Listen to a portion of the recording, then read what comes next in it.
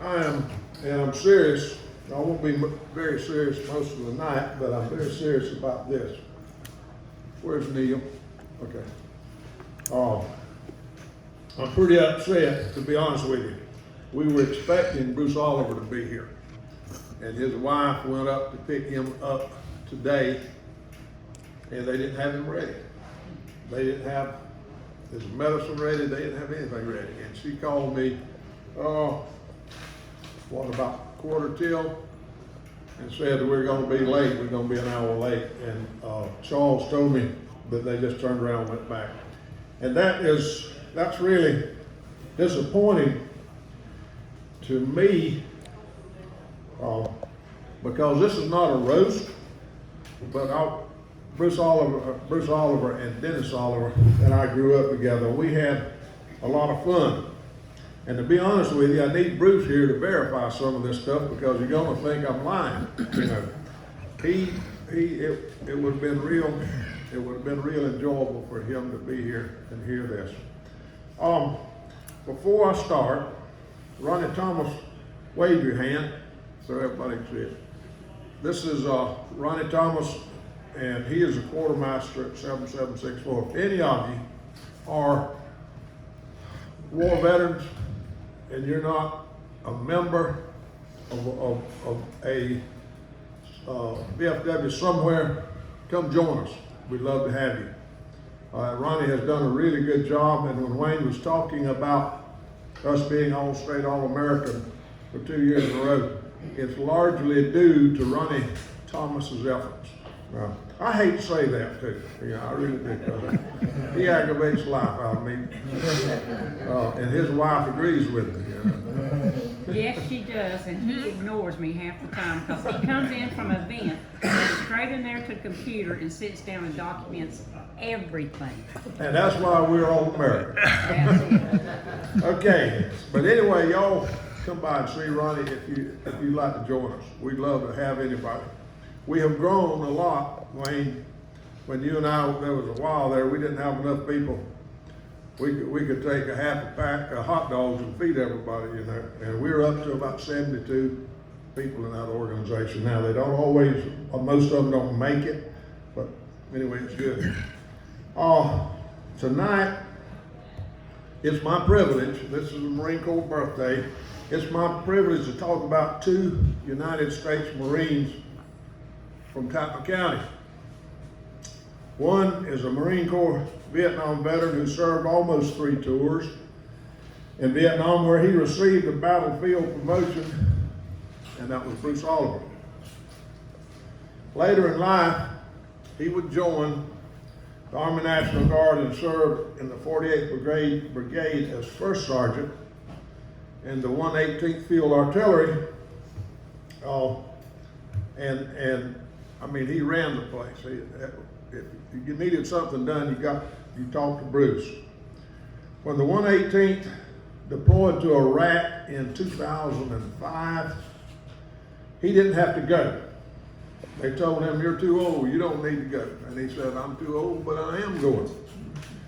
And he went because he thought his combat experience in Vietnam might help save some lives in Iraq. And I'm sure it did. He carried that group over, and they came home and they had some injuries, but they had no fatalities. And that's Bruce Oliver, and I was going to tell him to hold his hand up tonight, but he won't be here. His wife called in about 7, as I think I said. I told Wayne anyway. No, it was before 7, before the 12, and said that when she went to pick him up at the VA hospital, somehow they didn't get the message and he wasn't ready to go, so I think he just probably stayed over, because he would be here about 7:30 or 8 and he would miss everything. But anyway, that's the first Marine. The second Marine, and I will say this about Bruce, I need Jackie Trim here for this. Jackie Trim and Bruce went in the Marine Corps together. Depending on who you're talking to, they would tell you that they got the other one through. Yeah, they wouldn't have made it without the other one. Jackie always said he got Bruce through, and Bruce always said he got Jackie through basic training. So we'd have to flip a coin on that. The second Marine joined in 1968, and he was killed on April 23rd, 1969 in Vietnam. He was a member of Marine Reconnaissance, and he had been in Vietnam for 3 weeks. And his name was Dennis Oliver. And of course, he's Bruce Oliver's younger brother. I live on Dennis Oliver Road. And a quick story behind that is, whenever they started naming roads, I was going to name the road after Beverly Oliver, who is Bruce's father. Beverly was in 6 Pacific Island invasions as a Navy corpsman. And so we were going to name it after Beverly, and my daughter Casey said, "Dad, let's name this after Dennis." And that's how Dennis Oliver Road came about.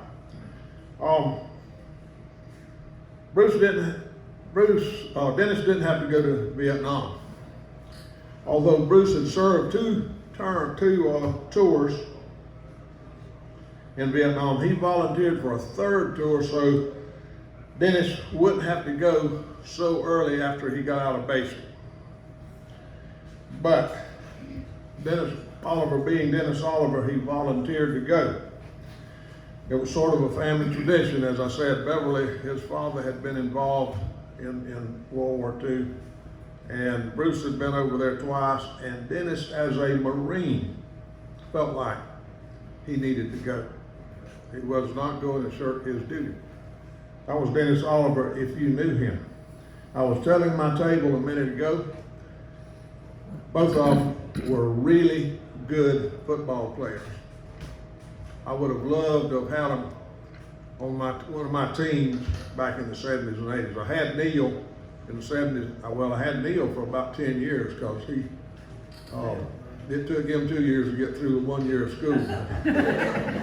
But no, Neil played for me from 71 through 78, because I started you off in elementary school.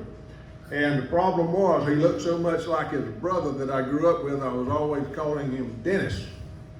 And so after a while, he quit correcting me and said, "Yep," when I say Dennis, he'd say, "What do you need, Coach?" So that's how close I was to this family. So Dennis went, and I'll finish this up. I've got a book here that I want to read about the death of Dennis Oliver in Vietnam. But I want to tell you a few stories about Bruce and Dennis Oliver. They couldn't be called Huckleberry Finn and Tom Sawyer, because both of them would have been Huckleberry, I think. Bruce in particular, if it was going to happen to someone, it would happen to Bruce. Once we had a neighbor who would catch these not yellow jackets, bumblebees, boars. He'd just catch them out of there. They don't sting. And then he'd turn his hand over and let them fly off. And so Bruce was at my house one day, and there's a bumblebee flying around on the flowers, and he said, "Ronnie, is that the kind that Chester catches?" And Dennis said, "Yeah." He grabbed hold of him and said, "Yow!" That wasn't the right kind. That's kind of typical of Bruce and Dennis. They grew up about a mile and a half from where Barbara and I live now. They lived in an old house without running water, like a lot of us did in those days. No indoor plumbing, and they got wood in every day in the wintertime for the fireplace. And I mean, that's just something we all did back in those days. And they had no television, so they learned to entertain themselves. In the summertime, when we weren't putting in the back or doing something, picking cotton, they'd come down to my house and they just wanted to do something. A lot of times we had a little camp out in a pasture. where we had cut out some sweet gums about in an area about 20 by 20, and we would spend the night down there on Friday nights. And we'd take potatoes and cook them throw them in the fire in the ashes and cook them along with sweet corn. You wouldn't take them out as a shuck, you just cook them, and it was a lot of fun. We went the first time we tried to do this. We went out, we had our corn, and we picked it out of the field and some potatoes, and we got a big fire going, and when it burned down, we put all this in the ashes, and Daddy had some hogs in that pasture. And apparently we had a big old sow that was almost a pet. You know, you could walk by and just scratch her and she'd lay down, so you could scratch her. Well, she could smell the food cooking, I think. We had piled up those sweet gum pieces that we cut down and around the camp, and it was about 4 or 5 feet high. And we had an opening at each end. Well, she would come in and sniff around, and we'd run her out. And she'd come in and we'd run her out. Well, Bruce said, okay, I'm going to take care of this. He grabbed a little oak scrub and he whacked her on the butt about 3 times, and they left and went out of the light. We had a lantern there. They ran out of the light. And we heard the sow squeal, and we heard Bruce holler. And so we didn't know what happened. In a minute, that sow came through that wall of sweet gum, dry sweet gum with leaves on it, ran right through it, and Bruce was on her back. Now, when I say he wasn't riding like a horse, she had turned around and ran between his legs, so he was laying on top of her like this, and his legs popped out like that. Well, they collected a whole bunch of those dry sweet gums and ran right through the fire. And then run out the other side. And they set the wall on fire on the other side. And then as far as they ran, they were setting fire everywhere. So we grabbed an axe. Dennis and I grabbed an axe and cut down a couple of pine saplings, and for the next 10 minutes we tried to put the fire out. Bruce said that when he run her off out there in the dark, he was hitting her and she ran into something. He assumed it was a tree. And that's when she squealed. She turned around and run right back between his legs and collected and carried him back through there. We had an old dog that went with us. And by the time we got the fire out and looked around, the dog was left. I think he thought those fool youngins were going to burn the place down, so he was going home. That's one of the first really good experiences I enjoyed with Bruce Oliver. But back in those days, all of you who grew up on the farm, and there's a bunch of you out here, you know where the milkman came from. He got up in the morning and he went to the cow lot and he milked cows. And Beverly did that, and Bruce and Dennis had a cow, big Guernsey. Well, she would get out about once a month, and they'd have to go find her. Now, most people would take a rope and put a little loop in it and go to the cow, because you could walk right up to her, and put it over horns and lead her home. Not Bruce and Dennis. Bruce would grab the cow by the tail, and Dennis would get him a little oak scrub and whack her, and away they would go, and the calf would run alongside of them. And Bruce could steer the cow. If he wanted the cow to go right, he'd pull to the left and the cow would turn right. Well, I was cultivating peanuts on an old B. Alice Chalmers tractor and just had it idling along because Daddy didn't want me to cover them up. And I heard somebody hollering. There was a road, and it's still there except it's paved now, and it went down into a little bottom. The ditches were dug out at solid clay, and they were about 4 feet deep. On the sides, it was a little bit higher, maybe 2 feet above the road. Well, the fence ran up maybe within 2 feet of the road. And so I got off, shut the tractor off, and I could hear somebody yelling. And I walked over there, and here they come down the road with the cow. Bruce driving, and Dennis providing motivation, you know. Well, they got right alongside of me, and Dennis whacked the cow, and the cow jumped the ditch. And so it was right along by me on the fence. Ran about 3 jumps, and Bruce made it. He jumped over there, and then the cow jumped back. he made it back. But as soon as the cow hit the road, Dennis whacked her again and she jumped back. Well, Bruce didn't make it that time. He landed, he hit the back of the ditch, in that old clay ditch, and it just knocked the wind right out of it. And so I walked over there and I looked down and I said, Bruce, are you okay?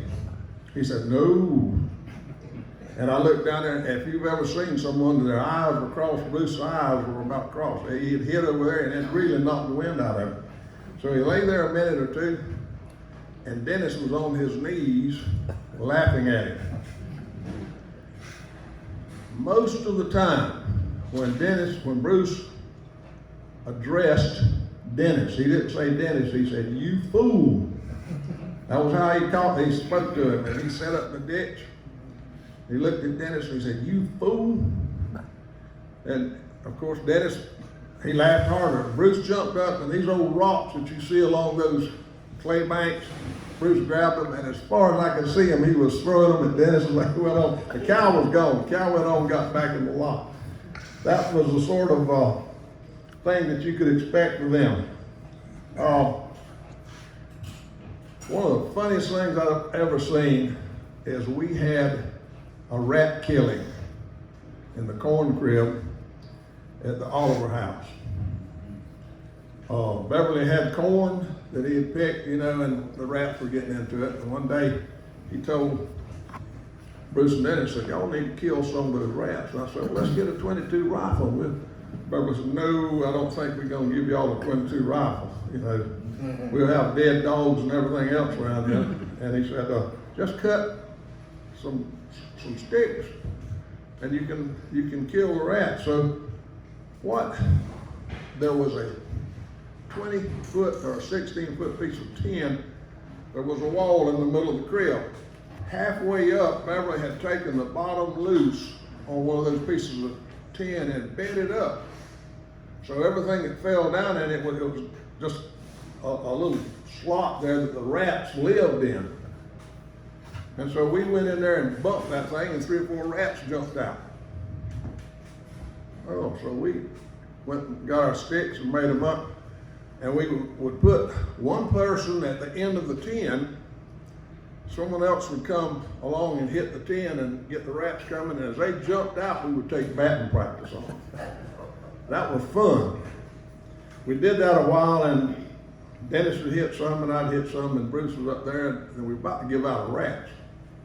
And so we came along there, and Dennis tapped it, and he had his stick in his hand, and none came out. And Bruce was looking at the end of the tin, and he was sitting there, and that rat jumped out and landed right there, right on his head. You know what Dennis did? As soon as he hit, he said, whack! Rat went everywhere, all over Bruce's head. And Bruce did his hand like that, and there was nothing but blood and guts there. The first thing out of his mouth was, you fool. And around the barn they went, He didn't have any rocks, but he was trying to hit him with that stick. That was life with Bruce and Dennis Oliver. How many of you have ever zip lined?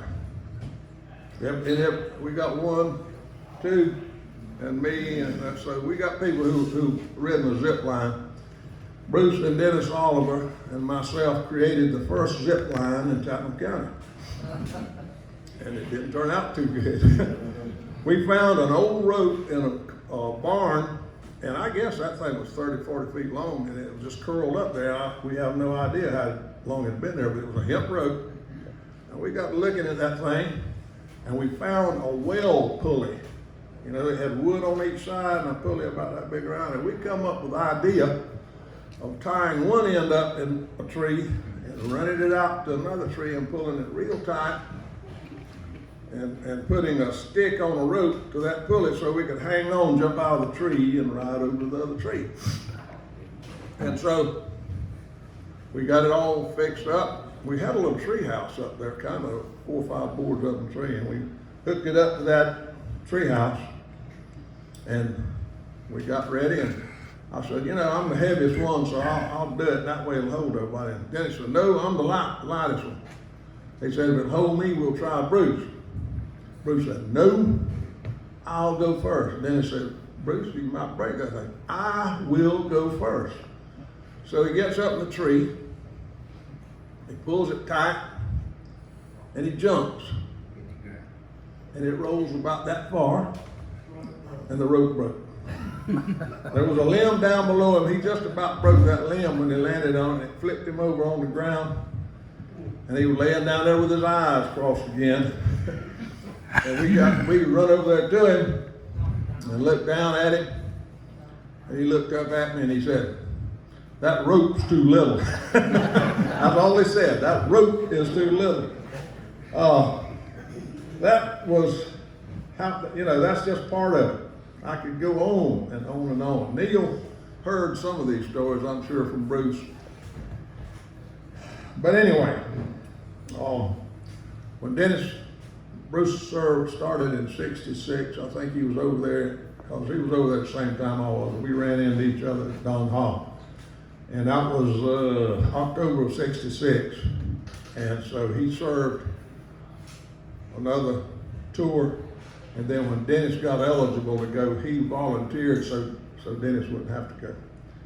And of course, Dennis went, and he was there 3 weeks. He was in Marine Recon, and that you can't find anything that's much more dangerous than it was in Vietnam. They inserted 5 or 7 people into an area where they knew there was Viet Cong or North Vietnamese soldiers. And they gathered reconnaissance on how many was there, identified the outfit and all that, and then they were flown, usually lifted back out. That's probably what Wayne would be doing.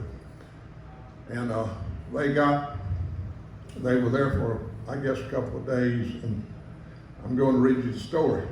And it's not very long, it's about 4 paragraphs, but the book is Inside Force Recon, and this is how Dennis Oliver died. On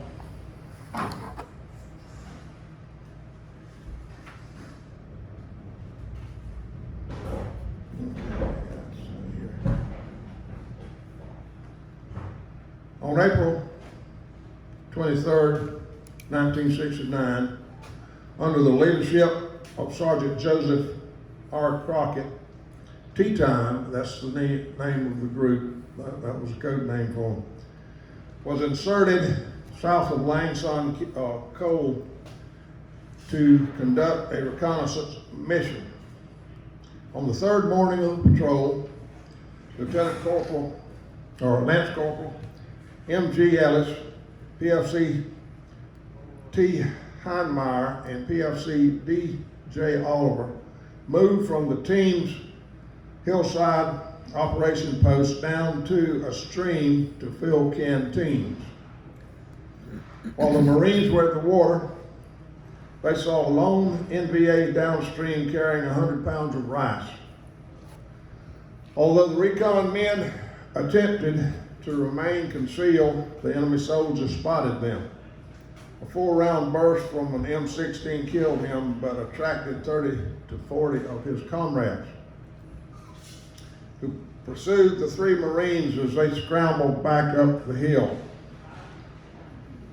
No sooner had the water party rejoined the team than 3 NVA approached the perimeter. They were killed before they could return fire. More NVA followed, but Crockett kept them, and Crockett's commander, Crockett kept them at bay over the next hour as airstrikes dropped bombs and napalm. The patrol leader requested an immediate extraction, but was informed that all air assets were being diverted to another team that had taken casualties. Now, the story that we got, as I remember, Neil, was that Dennis was a little bit lower down the hill. So sort of keep that in mind. They have retreated up the hill, and they're being pursued by 40 or 60 or whatever. There was a large number of NVA. When Tea Time lost its air support, Crockett switched to artillery